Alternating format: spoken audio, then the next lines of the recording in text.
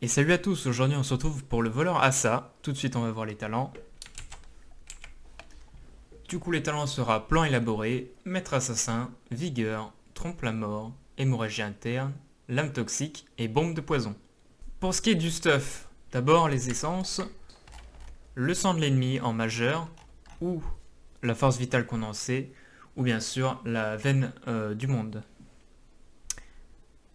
Celle qui sera le plus OP quand vous êtes en mono sera la résonance de la veine monde, si vous êtes à plusieurs à la jouer bien sûr. Si vous êtes tout seul à la jouer, vaut mieux jouer soit la force vitale condensée, soit le sang de l'ennemi.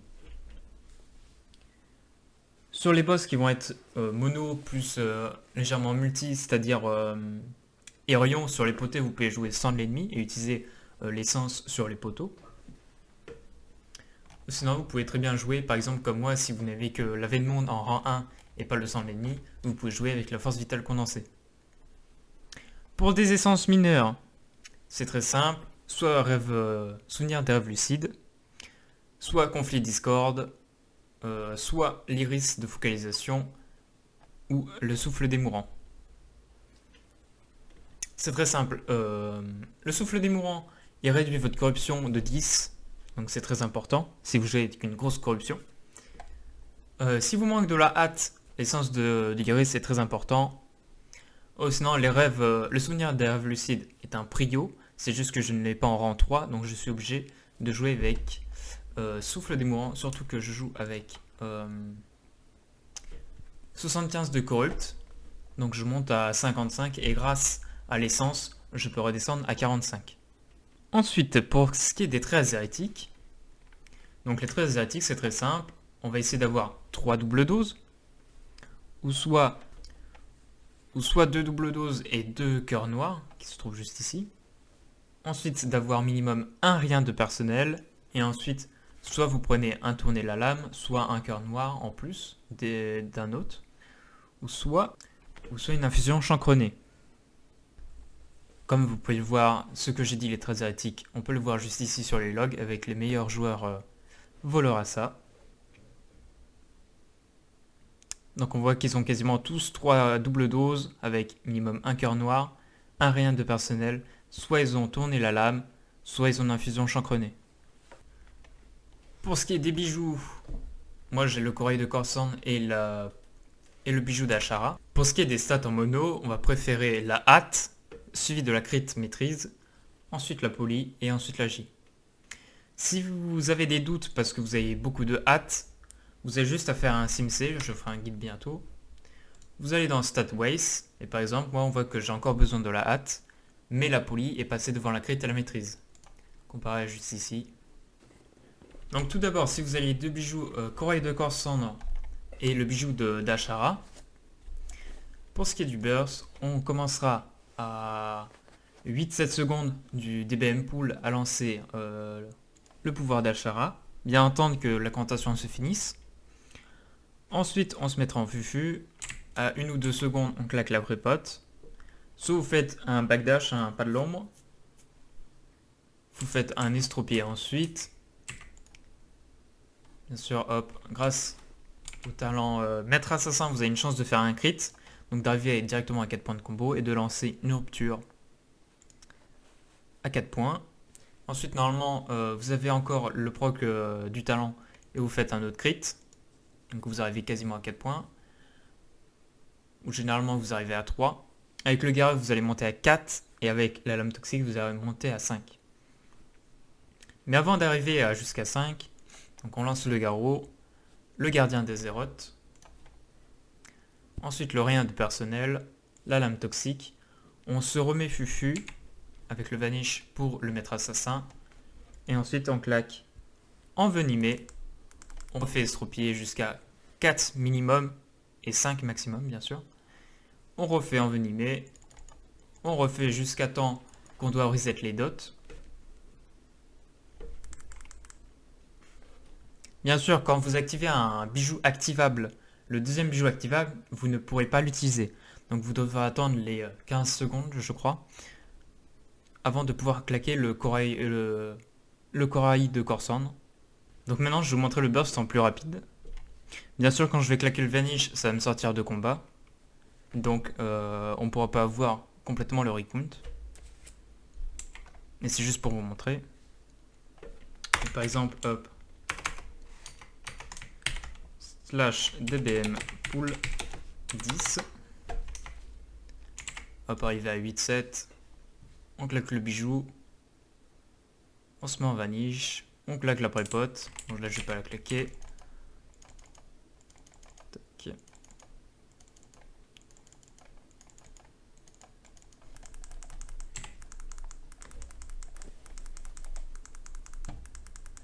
Là, bien sûr, j'ai le bijou de Corsan, j'utilise dès qu'il est up. C'est juste que j'ai perdu tous mes quoi, donc je vois plus quand il est actif.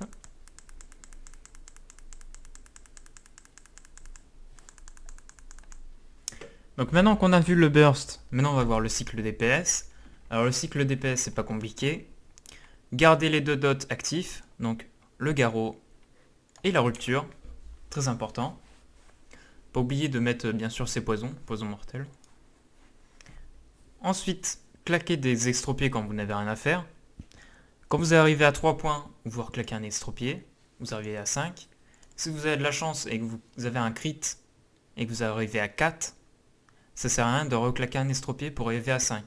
Vous claquez un envenimé, ou soit, si vous êtes à 4, vous claquez soit un garrot, par exemple là je suis à 4, ou soit vous claquez une lame toxique et vous faites un envenimé. Donc là on peut voir que mes CD reviennent dans 8 secondes, et j'ai 4 secondes d'incantation.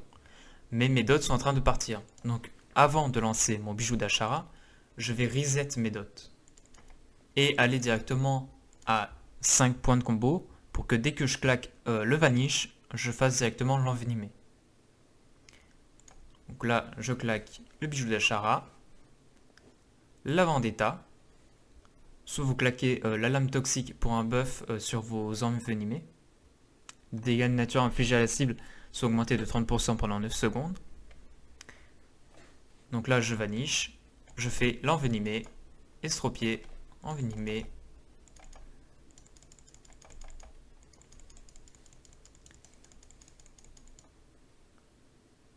et ainsi de suite. Et vous revenez à votre cycle normal. Bien sûr là, comme vous pouvez le voir depuis le début, il y a les sorts que je lance. Donc avec l'addon Trouche-Fiche GCD. Il y aura un lien en description de tous mes add-ons.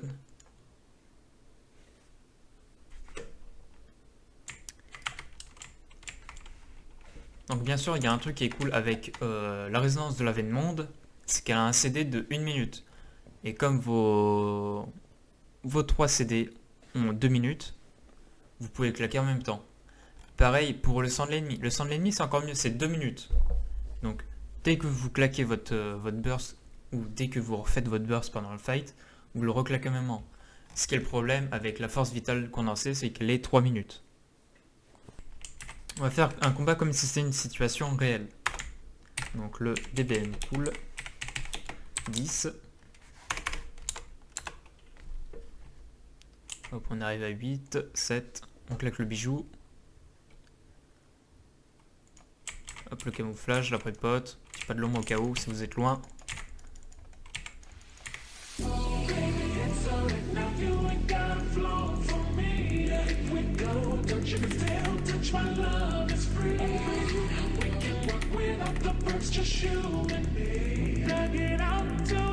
La montagne est partie, je reset.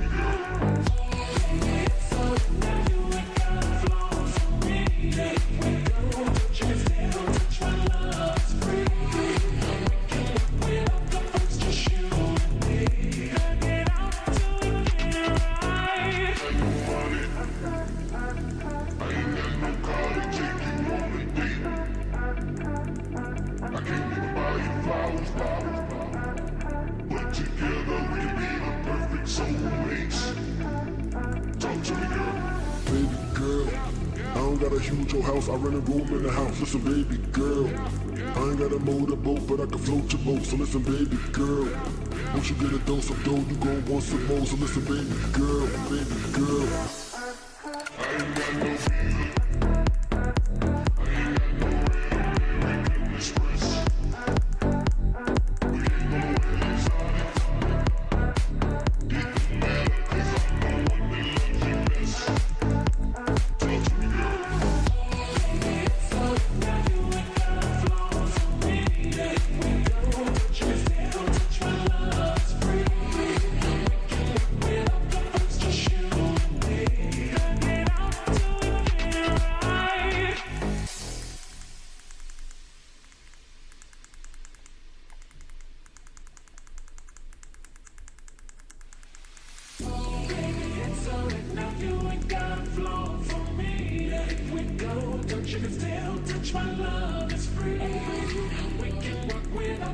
Just you and me. Drag it out till we get it right. Baby, if it's trip, you can get it to feels I like you just the way you are. But strip and I'm gonna quick, can you handle me the way you are? I don't need the cheese on the clock, yeah, boy, I like you just the way you are. Strip, you can get it to feels I like that. I ain't got no visa. I ain't got no American Express. We ain't gonna wait inside.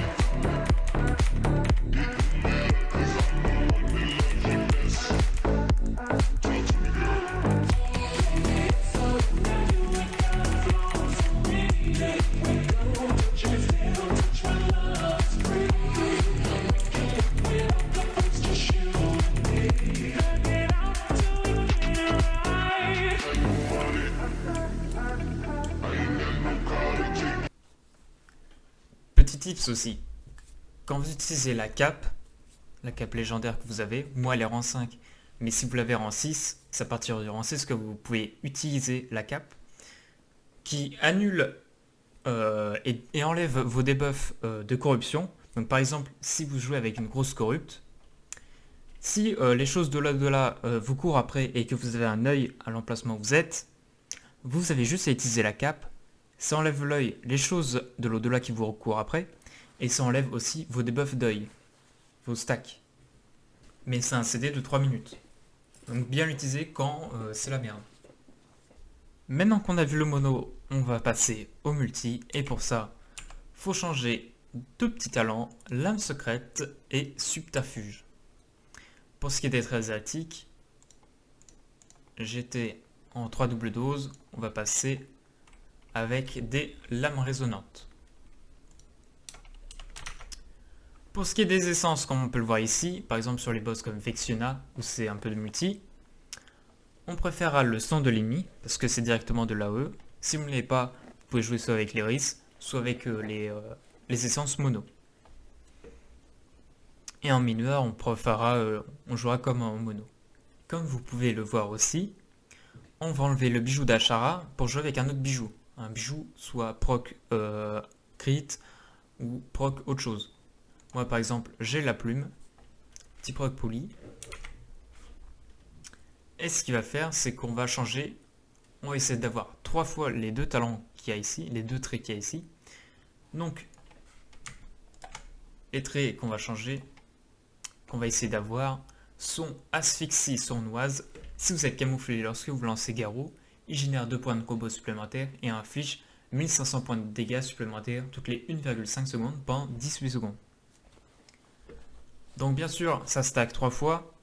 Le génération de points de combo ne change pas, mais ça va être les dégâts sur la durée qui va augmenter. Qui va pouvoir se stacker. Et ensuite, le deuxième très erratique intéressant en multi sera lame résonante. Augmente les dégâts d'éventail de couteau de 750. À chacun des 5 premiers coups critiques, une seconde salve est lancée à cet emplacement et inflige 1500 points de dégâts aux ennemis à moins de 8 mètres. Cette seconde salve inflige toujours des coups critiques. Donc c'est pas dégueu, surtout si vous le stackez 3 fois. Ensuite, si vous n'avez pas les 2 très attiques x 3, Vous pouvez jouer soit avec odeur du sang, rupture augmente l'agilité de 216. Vous avez une chance de bénéficier de cet effet pour chaque ennemi victime de votre rupture. Soit vous jouez avec une double dose, soit avec un tourner la lame. Par exemple, moi j'ai les mêmes traits statiques que cette personne. Donc j'ai un tourner la lame, une asphyxie et une odeur du sang. Donc, bien sûr, c'est pour jouer en multi sur certains boss comme Conscience collective, Vexune et la carapace de Nizoth. Les autres boss, on va préférer le mono. Vous pouvez aussi essayer cette spé en donjon mythique plus, mais l'autre lot sera toujours meilleur. Donc comment ça joue?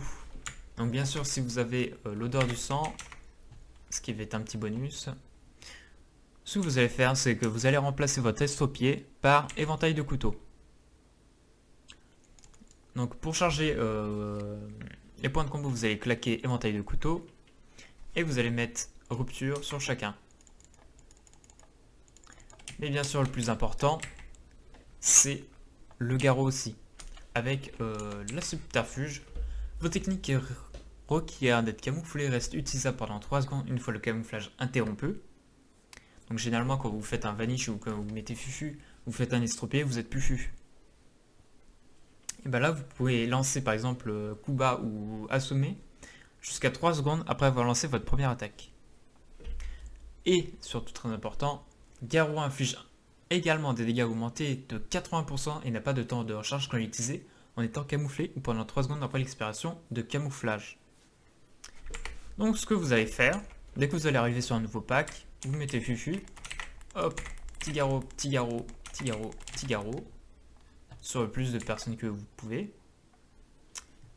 Ensuite, vous arrivez à 5 points de combo, vous faites une rupture, et éventail de couteau, juste besoin de arriver à 5 ou 4. Petite rupture, on refait la même, petite rupture, petite rupture, petite rupture. Et bien sûr, vous remettez vos garrots. Donc là, par exemple, j'ai le vanish de dispo. J'ai mon garrot de dispo. Qu'est-ce que je fais? Petit vanish. On remet les petits garrots sur le plus de cibles possible. Et on essaye de garder le dot de la rupture. Hop. Et on peut voir par exemple que grâce à odeur du sang, j'ai un buff de 640 à l'AJ.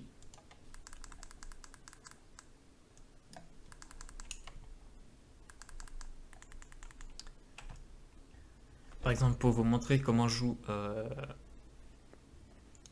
les DPS dessus, on va dans Cast Timeline. Merde. Quoi? Si vous touchez. Donc on peut voir qu'il a mis le garrot sur l'AD et le garrot sur le boss. Donc soit il a remis un garrot sur l'AD pour les procs des deux. Il a mis la rupture sur les deux. Ensuite, comme c'est du mono, il n'y a pas d'AD, il n'y a pas besoin de faire éventail de couteau. Le pop des AD, il claque les éventails de couteau, met la rupture sur le plus de mobs possible. Donc là, ça se trouve, ils sont morts. Repop des AD, il refait des éventails de couteau. Ça se finit. Il repasse en mono sur Vexiona. Et ainsi de suite. Dès qu'il y a plus de 3, 4, 5 cibles, vous passez au-dessus de 3 je pense, vous passez en éventail de couteau. Et rupture. Je vous montrerai ce que ça fait sur un fight un peu plus longue durée, sur 1 minute ou 2. Petite rupture, petite rupture, petite rupture, petite rupture. Le petit garrot, pardon. Rupture sur tout le monde.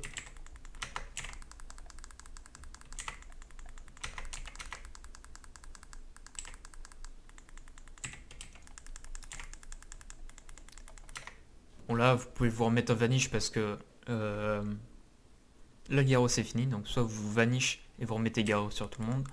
Soit vous mettez un garrot toutes les 6 secondes. On va de remettre rupture sur tout le monde.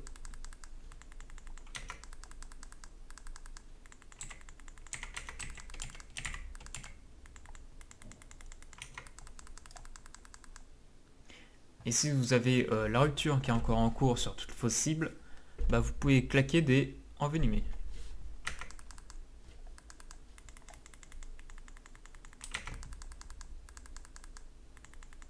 Bien sûr, c'est comme tout, à 3 secondes ou moins, reset les dots.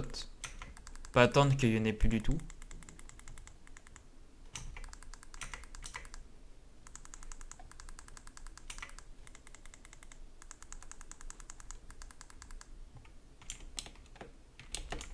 Donc par exemple, niveau dégâts, votre éventail de couteaux sera au-dessus avec rupture et garrot. Et on peut voir que votre trait asiatique, qu'on a x3, l'armée résonante, et bah là fait 13% de mon DPS. Bien sûr, j'ai pas utilisé ni le corail, ni le burst, etc. Ni les essences. Donc imaginez tout combiné, comment ça peut faire des dégâts. Je vous mettrai aussi des Buikora en description, comme celui que j'utilise, la musique que j'utilise, et si vous avez des questions, n'hésitez pas dans les commentaires. Je vous remercie et je vous dis à bientôt.